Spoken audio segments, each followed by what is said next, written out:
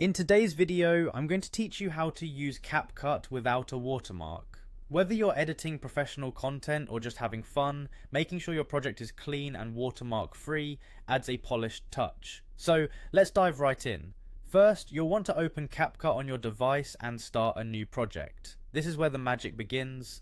If you haven't used Capcut before, don't worry, it's a user-friendly app designed to make video editing easy and accessible. Once you're in the app, look for the New Project button, which should pop right out at you. Give that a tap and you're on your way to creating something special. Now with your new project open, start editing your video just like you normally would. Import your clips, cut them to the perfect length, add music, transitions, text, whatever fits your creative vision.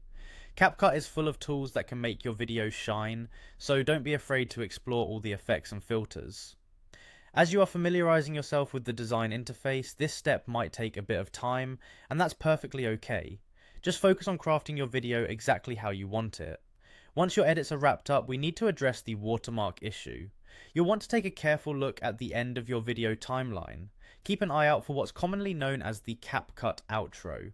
It's a small clip that automatically includes their branding. You'll find this a few seconds after your final video sequence. Notice that tiny clip right there? You'll want to go ahead and tap on it to select this segment. It's essentially the watermark. When you select the Capcut outro clip, a menu with options like delete, copy, or edit will typically appear. Here, you're going to select the delete option. Pressing delete removes that final clip altogether, thereby ridding your video of the unwanted watermark. This step is crucial if you want your video to have that clean professional look without the distraction of additional branding.